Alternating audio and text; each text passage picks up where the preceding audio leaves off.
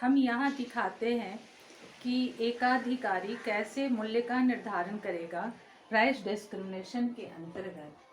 तो देखिए, सबसे पहले तो एकाधिकारी जो है वो ये देखिए ओ एक्स पे और ओ वाई, ठीक है, हम दो लेते हैं। यहाँ पे है आउटपुट को दिखा रहे हैं और यहाँ हम प्राइस को दिखाते हैं। अब एकाधिकारी को ये पता है कि दो मार्केट में वो जो वस्तु बेच रहा है उसकी मांग की लोच अलग अलग है। ये दो मार्केट है, चलिए ओ एक्स, यहाँ पे आउटपुट और यहाँ पे आउटपुट, इस पे प्राइस को दिखाते हैं एंड कॉस्ट को दिखाते हैं, price and cost, price and cost, ठीक है। एकाधिकारी को क्या मालूम है कि एक बाजार में उसकी मांग की लोच, वस्तु की मांग की लोच कम है। ये देखिए ए आर और एम आर, इस बाजार का नाम ए है, तो चलिए ए लिख दे रहे हैं। ए बाजार में उसकी वस्तु की मांग की लोच कम है। एक मार्केट है जिसका नाम है बी और इस बाजार में वस्तु की मांग की लोच अधिक है, ए आर और एम आर। अब क्या करता है कि मोनोपोलिस्ट क्या करता है कि वह कितना वस्तु का उत्पादन करे, सबसे पहले उसको यह तय करना है कि वो कितने मात्रा में वस्तु का उत्पादन करे। तो वो इसके लिए अपने टोटल मार्केट का ये मांग की रेखा को देखते हुए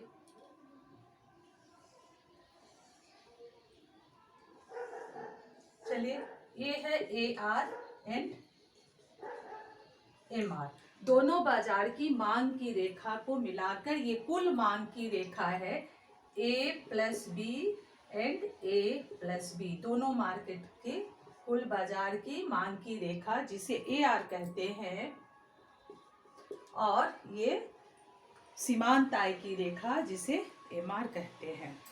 एकाधिकारी जो है वो उत्पादन की मात्रा वहां निर्धारित करता है जहां मार्जिनल कॉस्ट की रेखा मार्जिनल रेवेन्यू की रेखा को काटती है।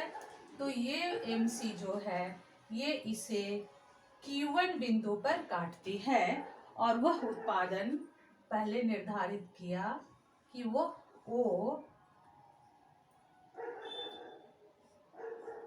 N1 मात्रा में उत्पादन करता है। अब एकाधिकारी अपनी वस्तु को दो मार्केट में ले जाकर बेचेगा, तो वह अपनी वस्तु को दो मार्केट में बेचने के लिए वो उसे एक शर्त रखना होगा या इस चीज को जानना होगा कि वह दोनों मार्केट की सीमांत आय एंड कुल मार्केट की सीमांत आय के बराबर हो। यानी इस टोटल मार्केट में जो सीमांत आय है वो कितना है, तो एम आर रेखा ये Q1 N1 टोटल मार्केट का ये मार्जिनल रेवेन्यू जो है वो कितना है Q1 N1, ये Q1 N1 कुल बाजार की सीमांत आय है। उसे यह ध्यान रखना होगा कि वह अपनी वस्तु को उतनी मात्रा में विभिन्न बाजारों में बांटे कि सभी बाजारों की सीमांत आय कुल बाजार की सीमांत आय के बराबर हो। इसके लिए वो क्या करता है, हम इस दूरी को लेते हुए यहाँ तक आएंगे और ये जो है सीमांत आय ये हो गया ON2, इसका नाम दे दे Q2। तो देखिए ए में सीमांत आय क्या है Q2 N2, ये है मार्केट ए में सीमांत आय क्या है? Q2, इसमें है Q1N1 Q2N2, जो Q1N1 के बराबर है। अब यहां देखिए कितना है, तो इस डॉट करके ले आइए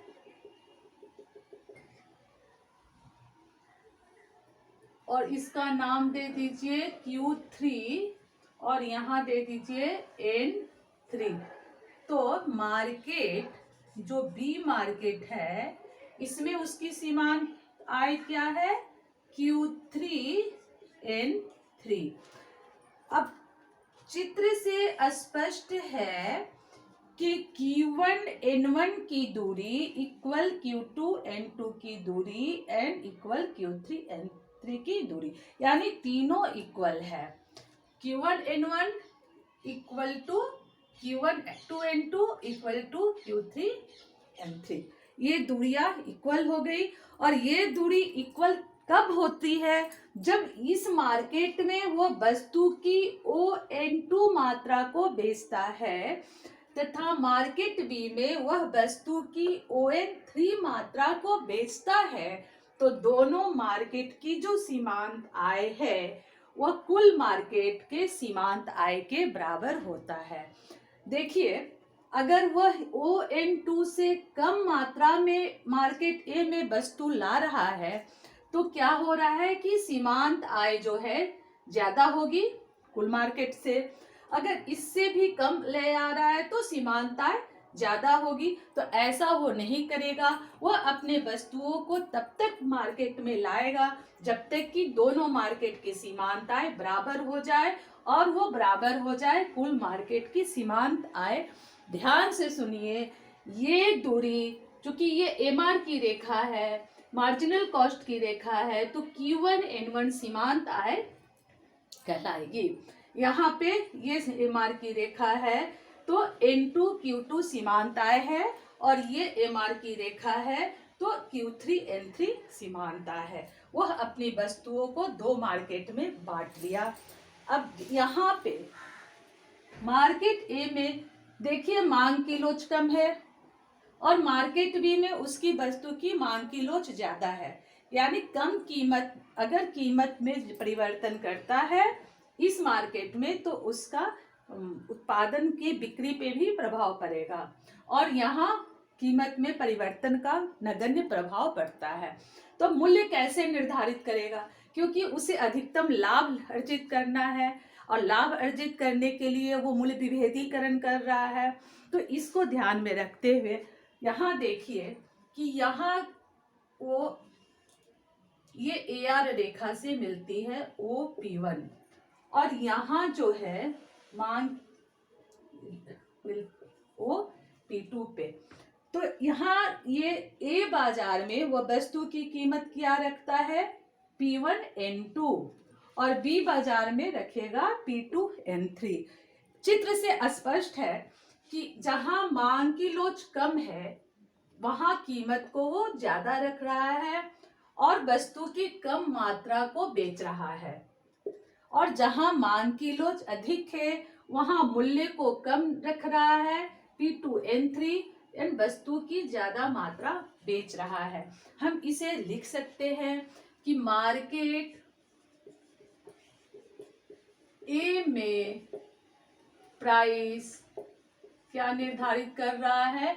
P1N2, और मार्केट बी में प्राइस कितना रख रहा है? P2N3,